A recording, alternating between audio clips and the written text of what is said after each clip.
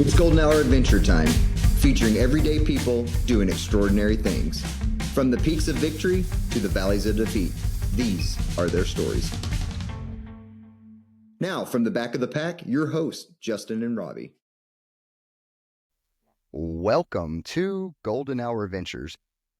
Before we introduce our awesome guest for today, or a sweet guest, Robbie, what is it? Is it awesome guest or sweet guest? I can't remember what I always say. Awesome. Is it awesome? Awesome guest? Awesome sauce? Awesome sauce guest. We'll just call her an awesome sauce guest. I already given away somewhat of who she is. But anyway, hey, Robbie, funny story. Today I was going on a run, just like every other day, right? Had 18 miles on the dock. So you all know Robbie and I do liquid nutrition, true nutrition, mixture of complex carbs. I can't even think of the name of it. Cluster dextrin, yeah. So I measured out my cluster dextrin, 60 grams of carbs an hour with 17 ounces of water, and I wear it in my bladder, but I measure everything out because I don't want the mixture of water and cluster dextrin to be off, like way too much water, not enough cluster dextrin. So I measure it to like, I'm going to drink 17 ounces an hour, just like I would normally would if I had my bottles, right? That makes sense. It works 99.9% of the time. Today it did not. Oh, no. I had about 3 miles left, and I was like sucking on the tube, and I'm like, what is going on? Like, I thought it was frozen because normally the bite tip, I have to like chew on it to break the ice. And so I was like, oh man, my line froze. No, I was just out of water. So also my watch died, my headlamp died, my waist lamp died. So it was a phenomenal day. The run was great, but yeah. Sounds like you're prepared. Yeah, hey, next time when you go out on a long run early in the morning, make sure your headlamp, your waist lamp, and your watch are charged. So, yeah. The lucky thing is the Phoenix light that I wear that I love, it's super bright. It goes into this like low power mode at probably like 20%. And so it went low power mode like the first 20 minutes, which I'm like, dang it. But it stays. It lasts forever in that low power mode. So at least I had my headlamp the whole time. But yeah, craziness. It was just it was a morning. So how's your running and training been going? Running, not so much. Don't sit here and tell me that. I've been we have adventures to go on this summer. I know, Robbie. I know. We need you trained. You realize you have 200 miles to run in September. I do, and then some. And then some. Wait, is the race longer than 200 miles? It might be. I didn't tell you we were walking back. Oh yeah, we're doing a 400 miler. Yeah. I'm not going to lie, I'm probably going to meet you at the finish line on the other side because I'm going to drive back. I'm not doing a 400. Oh, man. I'm not ready for a 400. I'm not ready for a 200, but I'm definitely not ready for a 400. It's crazy. No, I've been hitting the gym, trying to get some strength training going again, so. Nice. And, I'm being a wuss, it's finally getting colder. And oh, my God. I know you don't want to hear or it. Something? No, it is. Oh, no, it was like -6 today. Ooh, with wind chill. You were colder on your run than mine. I was -3 on mine. Yeah. So. Yeah, we're finally getting some cold weather in here. Yeah, I know. And that's kind of warm for us. So, like, I didn't really know how to dress because 2 weeks ago, my run was -39, and that's just pure death. Last week, my run was 30, not negative, but positive 30. And then today it was -2 or 3.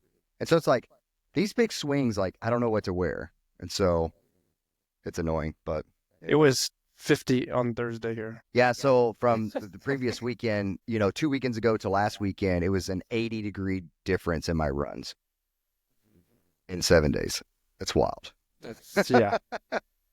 Hey, let's introduce our guest. She's just been sitting here listening to us talk. She's laughing. So at least she hasn't logged off yet. So that's fun. So,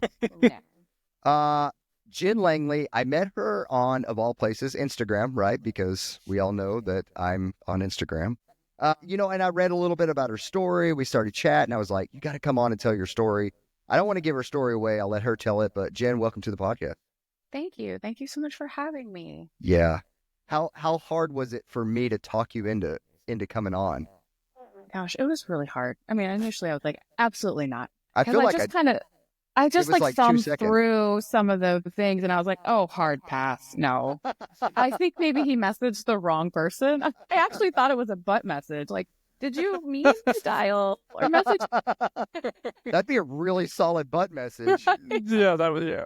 Right. We all know I can't spell either, so it's like perfect spelling. Like, what's going on? Need to hire my butt to write my resume or something. Yeah, so I hit you up and I was like, hey, I think you have a great story. You know, our podcast is one that we, not saying that you're an everyday person, but you're not an elite athlete. You don't like train for 25 30 hours a week to run. You have a job, you have a family, and so it's like that's what our podcast is all about. And we talked a little bit about this before we came on, but it's like we wanted to feature, Robbie and I, when we started this podcast, just the everyday person who's training, working, got a family taken care of, and still able to go out there and crush your goals. And so like your story just is going to be incredible. I don't know much about it, so I'm ready to get into it. So Jen, take it away. Hey, well, thank you guys. Yeah, so I have not been a runner. This is my 4th year running. Awesome. I just, if anyone was, I picked softball in school because it had the least amount of running to do. And I was the catcher at that. So like even little to no running involved. I got married early on and the wedding bliss, it just kind of hit me hard. I've always been a bigger gal. And then my husband of 10 years in 2017 was diagnosed with young onset Parkinson's disease. And that just kind of crushed everything for us. Like he had just gotten out of law school. We have waited almost 10 years to have kids so that he could get this great big job and, I could stay home and we'd have this perfect life. And of course, that's never how it goes. He had just gotten his big boy job, as we call it, and he got diagnosed. So everything got kind of thrown upside down. Kind of just ate our feelings. I know I did. And I've always just kind of been an emotional eater. And if you're not an endurance runner, did you experience trauma? Or no? Like you have to have experienced some sort of trauma in your past to be a long distance runner, right? So I know it's like crazy. Every single story I hear, it's something. Yeah. There's trauma something somewhere in there that makes you a little bit weird. Yeah, a little tick or something. Right. So my weight I always put my weight on the back burner. It's always been an issue. I just had struggled with it my whole life. Thyroid disease, all the things, struggling with managing this disease for my husband. And so fast forward to 2004, I hit 320 pounds, couldn't make it up my flight of stairs in my house to tuck my kids in at night. And that was just heartbreaking for me. And watching my husband progressively get worse and worse, knowing that one day I was going to be the sole caregiver, potentially, that I needed to really focus on myself. So I made the decision to go talk to my doctor and just say, hey, I'm really struggling with my weight. I didn't know where to go. I tried all these things on my own and nothing was working. What do you suggest? And she kind of just said, look, you have 2 options. You can try the shot or you can try weight loss surgery. She said you had a little bit more weight to lose than she would like because I had more weight to lose than she would have recommended on the shot. So she's like, I think you should go talk to this bariatric surgeon. And that was a really hard thing for me because that was admitting that I couldn't do it on my own. But it wasn't until after I had the surgery, and I didn't tell anybody that I had the surgery. November 21, I had the surgery, and I had the gastric sleeve, and they basically go in laparoscopically, remove 70% of your stomach, and you're done. And you just have a smaller, tiny tummy. In the beginning, I was like, what have I done? Because I love to eat and I'm a hardcore drinker, like heavy water drinker, and not being able to like pound some water every day was really, really hard for me because, you drink like a thimble full of water and you're full, and you have to wait and eat 30 minutes before you can drink, or vice versa. You can't eat and drink at the same time. So there's all these new rules, but I was committed to 1 year of doing this. Like I'm gonna 1 year of just focusing on myself. My husband was on board and I knew I could do it. And I just dug my heels in and I lost the weight 1 year to the date. I lost 150 pounds. In January of 2022, I started walking and I would just walk around my block, and that got pretty easy after a while. And Hold so on, I was before we jump too far, I see Robbie's brain's ticking a little bit. He has some questions. So yeah, yeah. go ahead. So how much weight did you lose? Did you 150 pounds. 150 pounds? You might have said that. I was A writing Backstreet something Boy. down. I've Yeah. lost a Backstreet Boy. Which one? He said which one? Wait, how do you know how much they weigh? Our first time meeting, okay? Let's not Yeah. get into all of Okay. this. All right. Sorry. We'll wait for the second. I do have a question though. So were you like addicted to food? Oh gosh, I didn't know it, but I was. I would growing up, I would eat things and then hide them in the trash so that if nobody knew I had eaten them, it didn't really happen. Because you eat things to make yourself feel good. It's a drug, but you can put the drugs down. You can put the alcohol down. You can walk away from it. You can't walk away from food. You have to deal with it. You have to fix in here before you can fix in here. And that's exactly what I did. I mean, that was the first thing I did before I even had the surgery. I was in therapy. I was doing therapy every day. And I was like, I have got to fix my brain before I can fix my body. And that was number one for me, was fixing my brain. And it wasn't fixing my brain, but it was helping me cope and manage through those things. And in doing that, that's when I started walking and found running. How hard was it to admit that you had a problem? Oh, Because gosh. you have to admit it to yourself, Yeah. and you have to. I mean, we see every day, people struggling with an addiction, one way or form or another, and it's like you have to admit, like, I have a problem, I need help, and you went and you found your help, with therapy, and then went to your doctor. But what was? Let me back up even further a little bit. Like, how long was that period of I need help before you actually went and got help? I saw a therapist when I was a child, and that's a whole nother story. It wasn't actually a therapist I was seeing. It was a lawyer. Someone in my family told me it was a therapist. So I never trusted people after that. It was really hard for me to go back. And it wasn't until before you can have a gastric sleeve, they require you to go through therapy, which I'm so thankful that they do, because you should, because nothing's going to change. And so it wasn't until I was required to go to therapy that I was like, wow, why am I eating? Because I didn't know. I didn't realize it was an addiction. I just thought that I was eating because I was bored, or it made me feel good, or it was like replacing those feelings with that. And it wasn't until I started putting in the work and realizing I'm eating because I feel guilty, or I feel bad, or I'm replacing that feeling with this, and it's not going to last forever. I need to fix that. So that was the hard part. Yeah. And it's not easy to get into therapy. It's really not, especially if you've been scorned. What was the shame and guilt that you carried with that? I mean, once you hit the therapy and you had to talk about it, right? There's the shame and guilt. What was that?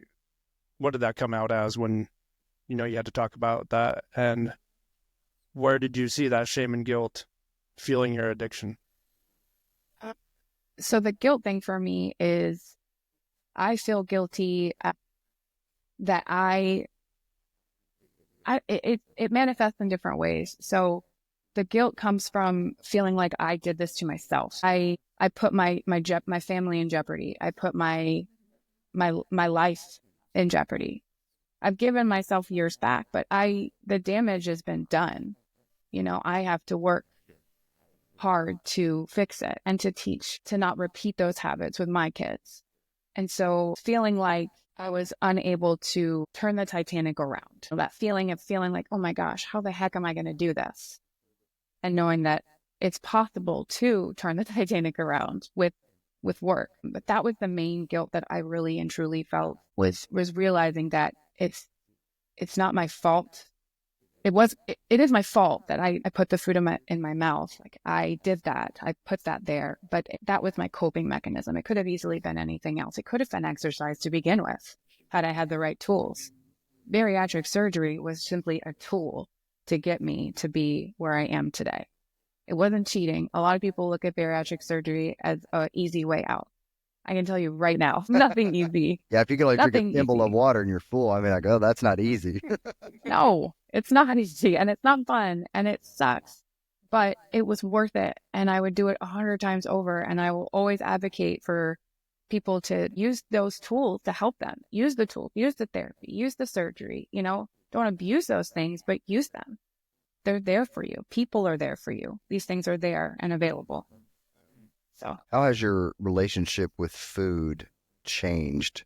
I'm assuming that I'm dumb on the topic here. Does the sleeve eventually come off? So it's the name in and of itself is stupid. It's not actually a sleeve. Okay. So like your stomach, stomach is, that's how dumb I am. my stomach is gone. I have the size, my stomach is the size of a banana now, Okay. basically. So they just take it out and they say it can stretch. Okay. I'm but tracking no. now. I'm tracking. All right.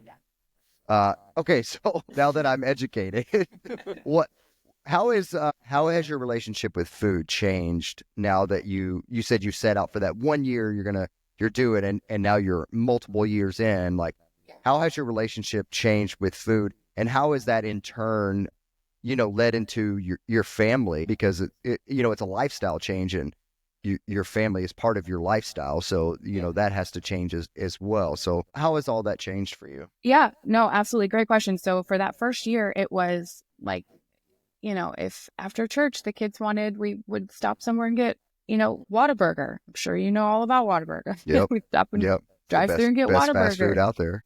And, I would just not. And I would come home and I would eat a tuna packet, or half a tuna packet. And I just had to make those. I had to have things in my mind that I knew that I wasn't going to eat those things for a year. That is not something I told myself mentally. That's not something that I'd eat right now. I'm not eating that right now. This is not going to benefit me. I'm not going to put that into my body. So after that first year, or until I got down to my goal weight, I decided, okay, now I'm in what we call maintenance phase. For the rest of my life, I'll be in maintenance phase. And from my lowest weight, I put about 15 pounds back on, which is normal. Your weight fluctuates. You're never going to stay at your lowest weight. Yeah. Now, if we do go to Whataburger, I will split a meal with someone and maybe take the bread off. But, I'll still go to those places. I just make better choices. My husband and I split everything now, and we never, ever, ever are upset that we we used to be like Joey doesn't share food type I'm situation. hoping my wife doesn't listen to this, because she's gonna be like, I told you people split. No, exactly. My mom said it for years. I hated it. Right. Hate when mom. So in the diet culture, right? Like, you see people who, are heavy set individuals and they want to lose some weight. They go from one extreme to the other, and it's not a sustainable life, basically.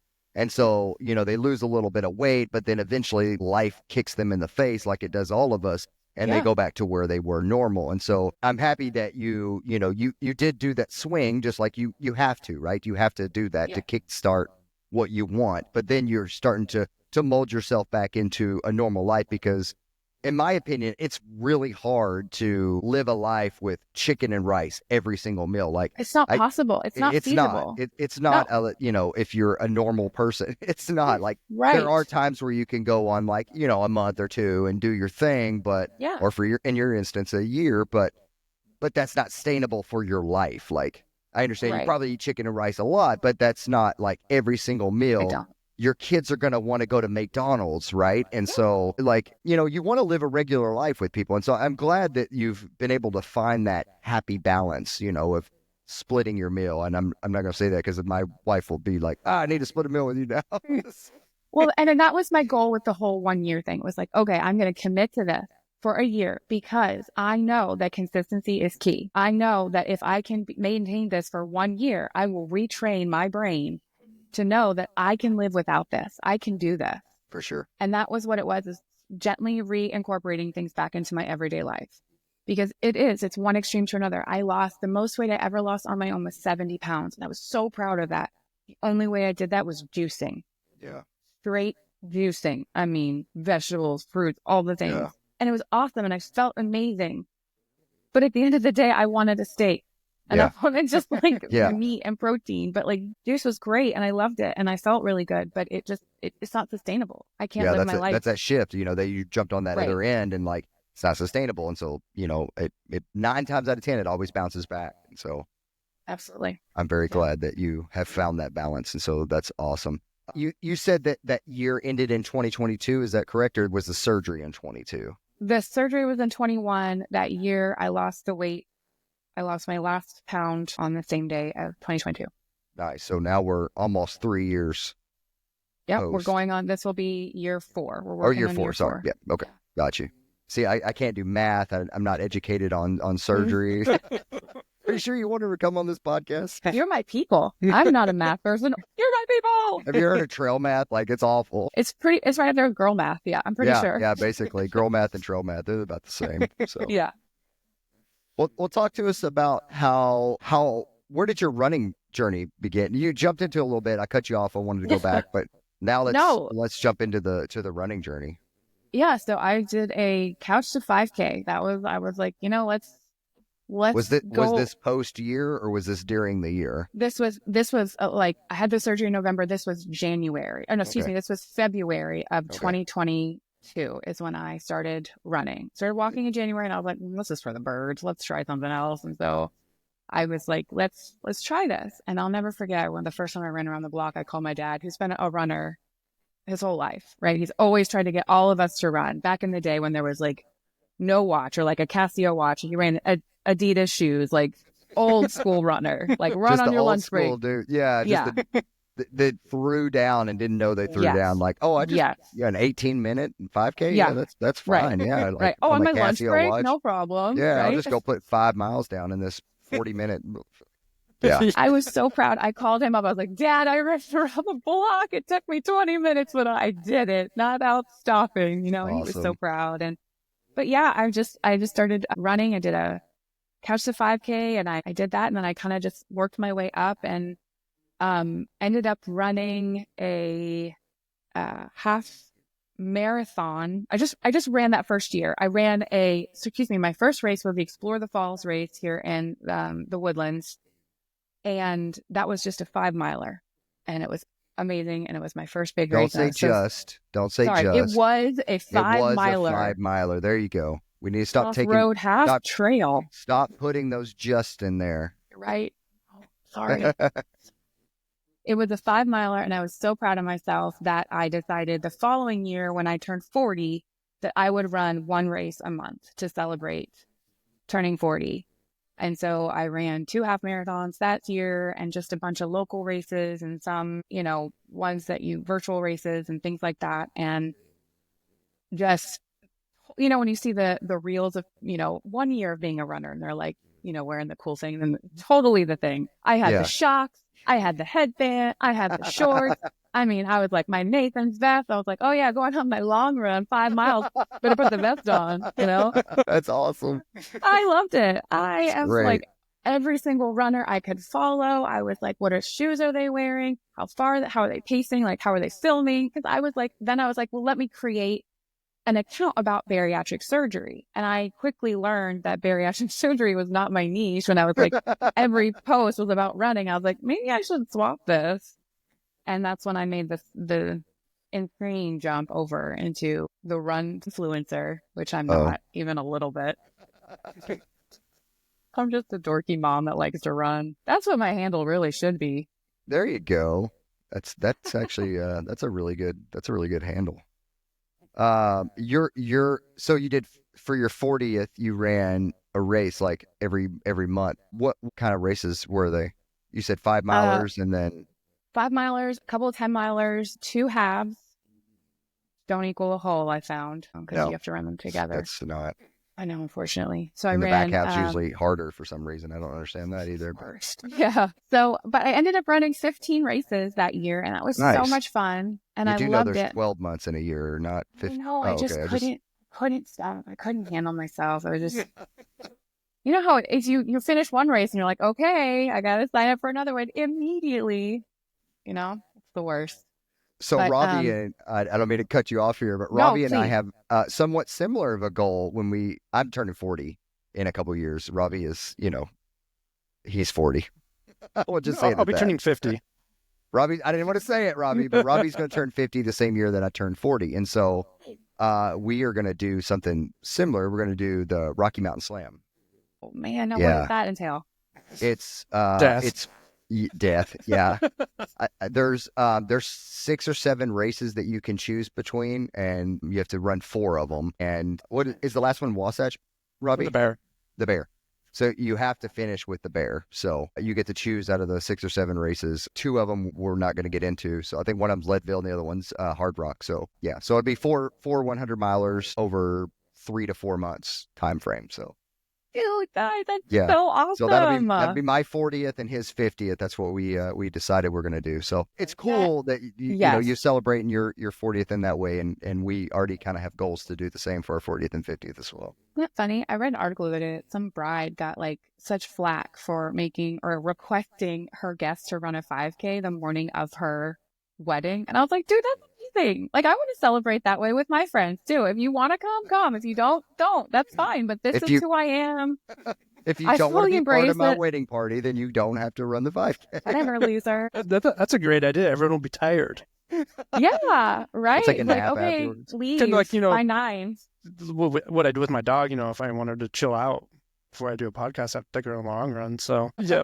Took my kids on a 3-mile hike today. Just be in bed by the time I did the podcast. Awesome. I love it. How did you handle fueling when you were starting your running journey? Because I know that a lot of people kind of, when they go through a weight loss journey and then, they start incorporating running as a tool as well to help out with that, they often underfuel and they get injured. And so then they blame it on running, like, oh, I can't run because I'm prone to injury. And it's like, no, you just don't know how to fuel properly, or they're not fueling at all, not walking or not drinking water, and so with your stomach being the way that it is in such a short period of time of you learning this new diet, basically, that you have to follow from now on, what did your fueling look like? Did you struggle with that in the beginning? And then based off that, I'm saying, yeah, so go for it. It was rough. It was real rough because, like I said, when you first start bariatric surgery, like the first year or so, you basically can't drink out of a straw. It's just, I don't know why, air gets in there and you just don't want air and water in your stomach. You just fill up. You can't drink as much water. And so that was really tough for me because I'm such a excessive sweater. I know that's so unattractive on a woman, but I'm such a heavy sweater that we're I all have runners to. here. We're trail runners at that. So it's like, we've seen Sweat it all. and salt. Trust me. We have seen it all. A little poop on the socks, my we're people. okay. Yes.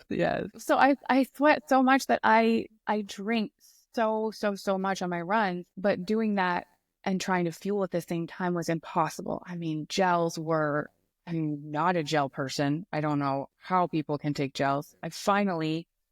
When I ran my first marathon, I finally was able to stomach a gel because I just basically put it in my mouth, put some water in, zhuzh it around, and just swallow like it's the only way I can get it down. But fueling was really, really tricky in the beginning. I found what worked best for me was doing real food. So like my favorite pre-workout would be half a Pop-Tart. I would just eat half a frozen Pop-Tart and Frozen? Yeah, I was going to say frozen. Frozen. Whoa. Robbie, did you know about this? I've never heard about it. I'm You about to go gotta buy some try. Pop-Tarts now. I'm going to eat the whole box tonight, but I'm going to go buy I some. keep them in my freezer. I know gotta- it sounds weird. I got an Get empty out box of right here. here. They're Yes. empty. I got to go buy some. I have zero self-control. One sleeve in the freezer, and then before I leave, I just break off half and I take it to go. And it's What? great. It's so good. I don't know why I love Oh it. my gosh. That So I sounds would amazing. do frozen Pop-Tarts and then a honey packet. Yeah. I would just do the little packets of honey. Those worked really, really well for me because I found like my stomach could handle them, and they would kind of sit nice, and I could add a little bit of water on top of that. So I had to be really careful with like my timing and figuring all that out. Thankfully, I've never really gotten sick on a run. I have felt pretty crappy and underfueled because of tiny tummy, but as I've gotten farther out from the surgery, it's gotten easier to fuel, and my stomach does better now with a little bit of liquid, so long as I kind of sip it. But that's been the hardest part, was figuring out fueling and what would work for me and what wouldn't work for me. I mean, I had peanut butter, I tried mashed potatoes, I tried all the things, and I just found that those few things, and gummy nerds, good gracious, gummy nerds. Are you talking about the that nerd saved my- clusters? Yeah. Oh my gosh. It's Are those not the most amazing thing ever? Like, those The were most built for amazing. runners. That- I, Oh, I my swear word. the person who created those are like, what is a runner? Those are amazing. so good. Though I will say, when they're cold, they are Are chewy. They That would will be break a bad. tooth. I will say when they get wet, they're pretty nasty too. Really? Excessive I could sweating see again that. into the bag, grabbing them Yeah, out. I could see that. Slimy. Yeah. Yeah, Yeah. nasty. They're going to overtake the gills. I like it. As a beekeeper, I do support the honey. I've been trying to think of a way, because I have gallons of honey in my garage, and so I've been trying to think of a way to like pack it into individual packs, but Yeah, I think it would just be a nightmare. So it would be. buy the packs. I tried what was it? I tried those little refillable goo containers with honey, Yeah, and like that was the okay. flask. But yes, it was like basically the soft Yeah. flask. Yeah. It was really hard to get it out, and it was difficult. It was with the paper ones though. The only problem with the paper peel off things is that, again, if you sweat, they get wet and the packaging kind of gets funky on them. But Have other you than tried that, the liquid honey's great. nutrition? No, We get off, we'll have to educate you. I'm such a noob. Well, talk to us about the marathon. So we've led it all the way up. What was your first marathon? How'd it go? You already said that the second half is harder than the first half, or Oof. you have to Yeah. run the second half. So last year was my marathon year. Last year I decided I said, okay, I did 15. I think I'm ready to train. So I decided to just train for a local road, full marathon. There's that just Snail's again. pace. Or Sorry. was that just? My local marathon here. Very We're gonna excited. change. We're gonna change it. We're No. changing it. I know. It's awful. It's terrible. Yeah, it was hard. I bonked pretty hard. I ran with a buddy. My best friend is from Alaska, and she lives across the street, and she was a runner growing up, and she is amazing and a gazelle on the trails. I mean, you should see this girl. She's amazing. But she runs faster than me, and I tried. Rookie mistake. I tried to keep up with her because my last 2 half marathons I'd run with my dad, who is amazing, and would just run with me at my little pace, and it was great. Well, my Alaskan friend does not run at my pace. I ran at her pace. And so by mile 15, I was like, just go, leave me. And it got so bad. And this is hilarious. But by mile 20, there was a porta potty on the side of the highway. And it was like a mirage. I could just only get to that porta potty just so that I could shut the door and lock it and just sit on the toilet and just have a minute. I just needed to sit down. So I was so tired. And I just needed to relax. And so it was awful. But then I got to mile about 24, 25. And my girlfriend came around the corner and ran the last half with me. And it was so wonderful. And I crossed the finish line. My husband was there. And it was just amazing. It was wonderful. I felt awesome. Felt like I could do anything. I was like, yeah, I need to install a dishwasher. I can do it. No problem. I ran a marathon. I did. I felt amazing. And then, That's awesome. Yeah, it was awesome. Then later that year, I, because my husband has Parkinson's, I really wanted to run with a charity that would focus on Parkinson's research and raising money for them. And so I got in with the Parkinson's Foundation, in Parkinson's, and that was awesome. And I ran the Chicago Marathon with them. So that was super fun. Loved doing that. But after listening to this awesome podcast, the Golden Hour Adventure Podcast, I learned a lot about Boston and how much I don't like them anymore. Well, you're on the right platform to discuss. Man, I had no idea. It gets we have a good hate for Boston.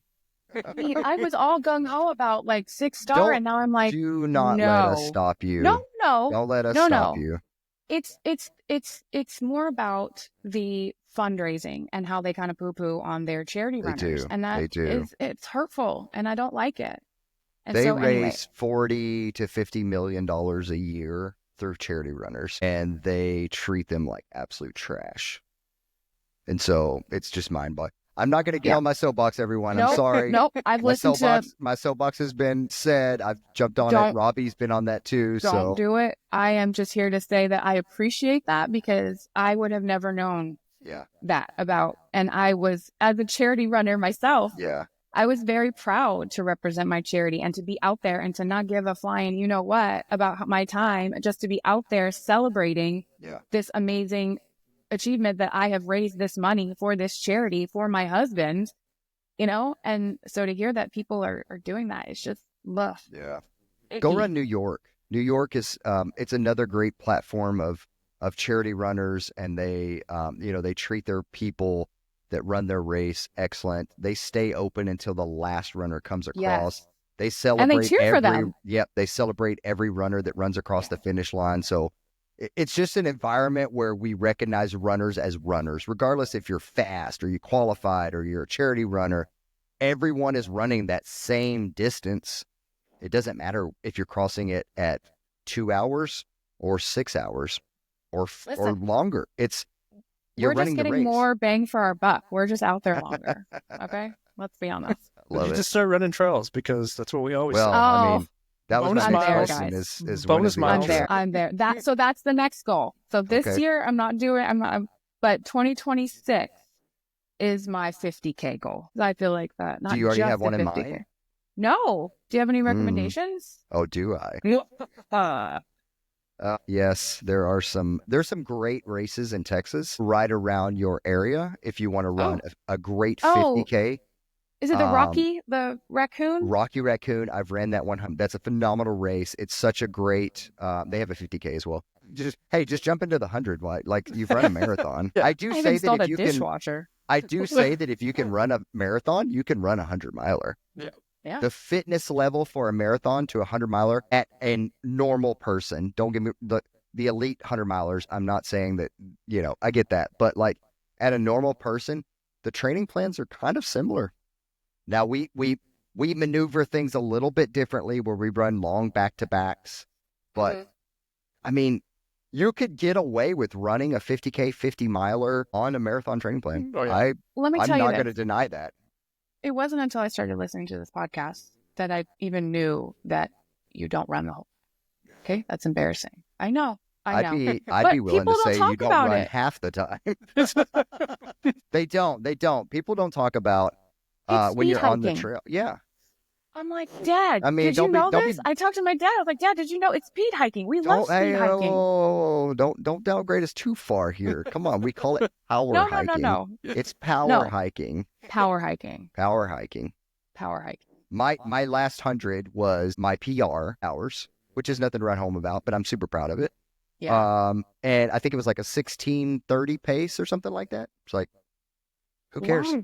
Who cares? Who cares? Right? Who It's cares? amazing. I have a freaking sweet buckle and tons of memories. If Do you y'all wear can the see, buckle? I do have I a wear question. the buckle every single day. I Like, wear the buckle every single day. on your pants. Like I have a belt and I put the buckle on there and I wear one. I have Oh. like 7 or 8. They're like back here. I'm pointing at them. I have like 7 or 8, so I like rotate them. I rotate through them. There's some okay.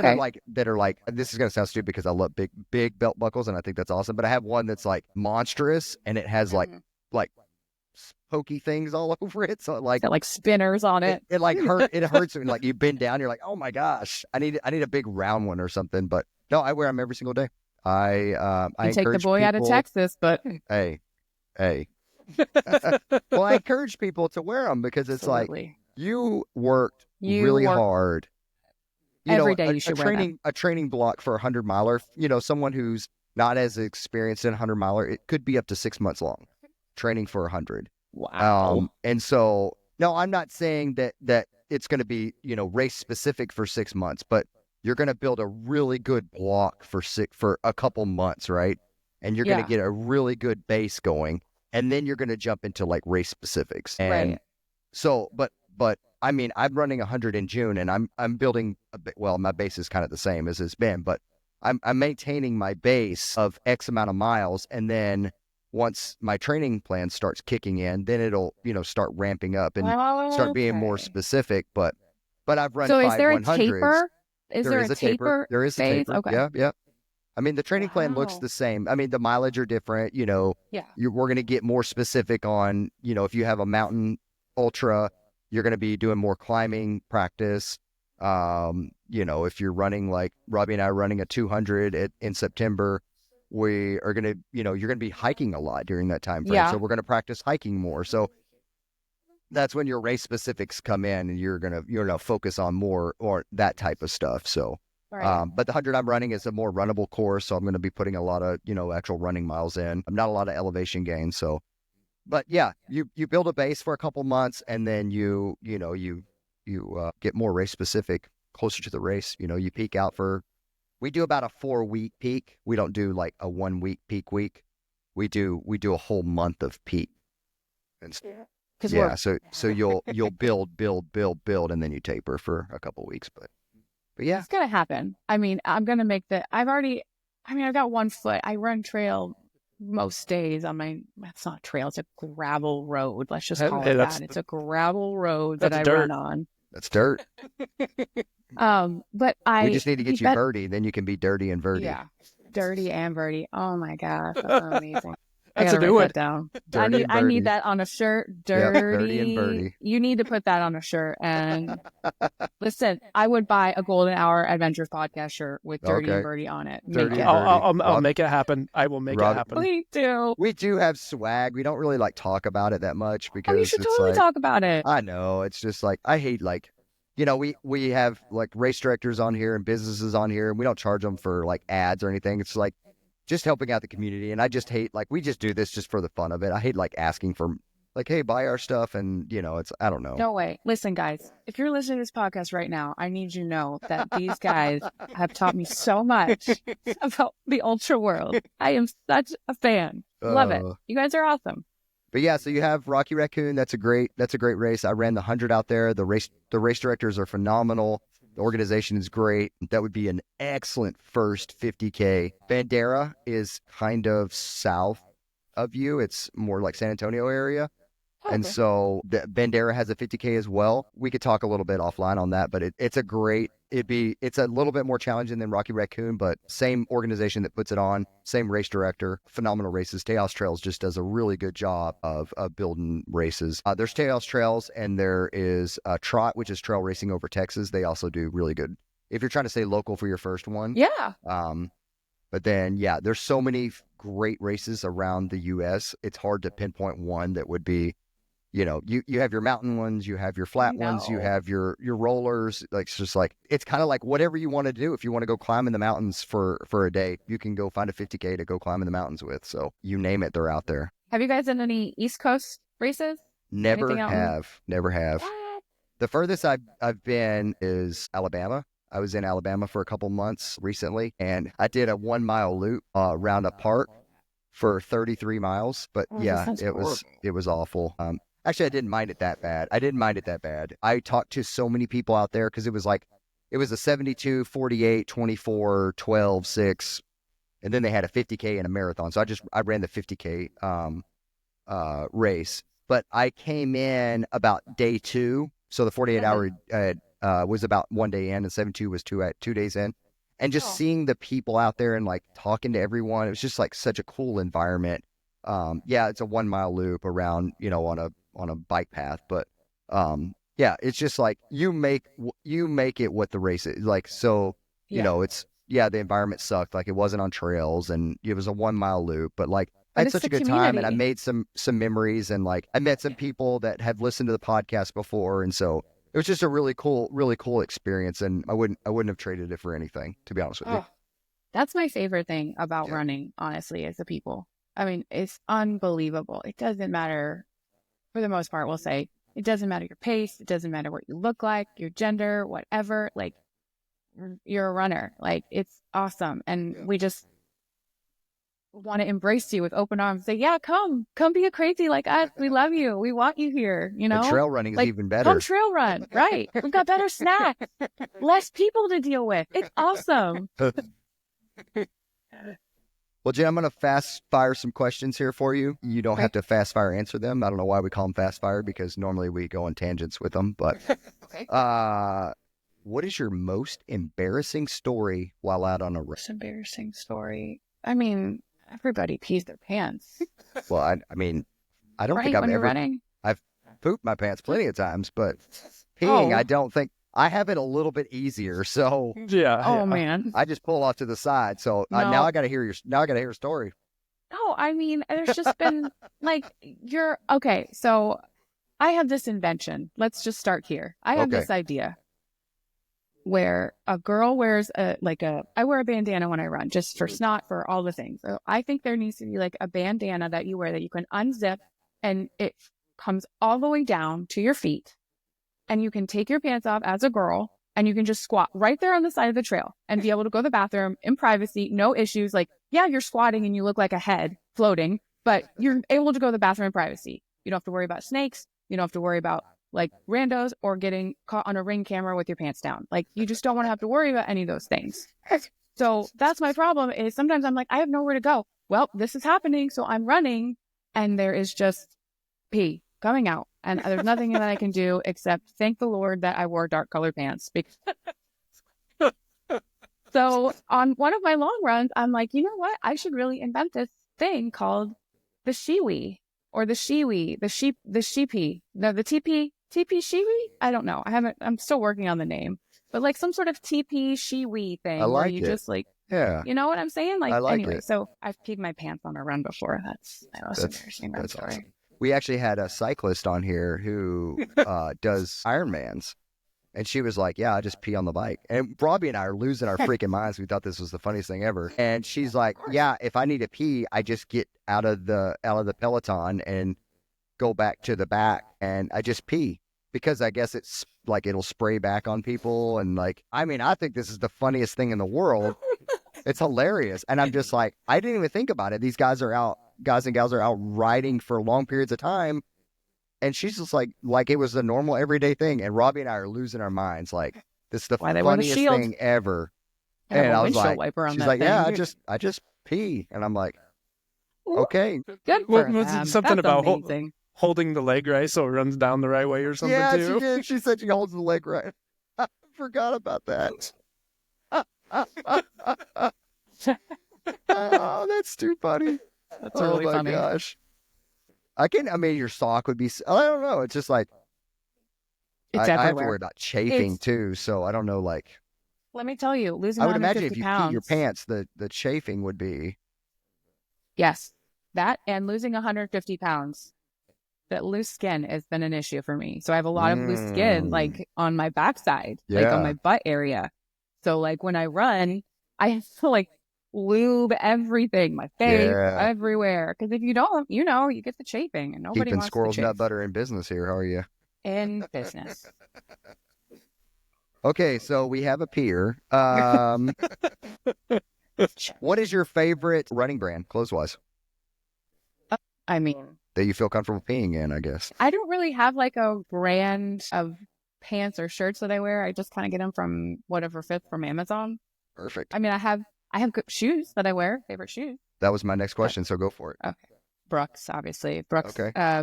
I'm a wide foot gal.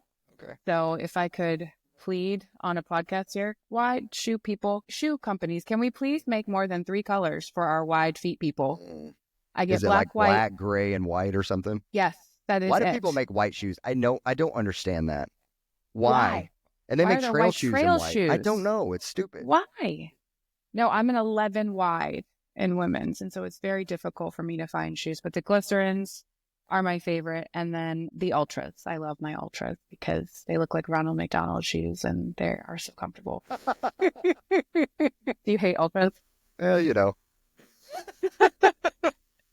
We'll just I'm leave it still at, new, okay? we'll- I'm still new. You'll forgive me, right? You'll leave catch it up. At that. You'll catch up. Yeah, we'll leave it at that. If your life was a movie or TV character from a show, what movie or TV character would it be? Phoebe Buffet. That's good. It would probably be a little bit of Phoebe Buffet and a little bit of Monica. If we could just Yeah, I push like those it. two together. I like it. You have the sense of humor, Phoebe, so I you. like it. I like it. I like it. And the voice of Phoebe as well.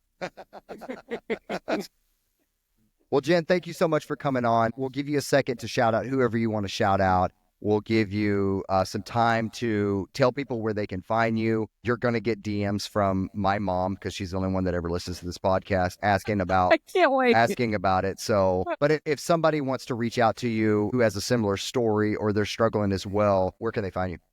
Yeah. No, I'm on Instagram at escapeonfoot. Escaped.on.foot. Yeah, no shout outs. Super excited to talk to your mom though. Awesome. Love it. Is she in Texas still? She is. Awesome. Yep. You're going to be getting a DM, I promise you. Thank you guys so much for having me. I really appreciate it. Yeah, absolutely. Well, if you love this podcast and you want to hear more, the only way to do that is to like this podcast, subscribe to our YouTube channel, leave a review. Reviews are what gets us out to more people. So please like it, subscribe to YouTube, and leave us a review, and we'll blow up. And we'll see you on the trails.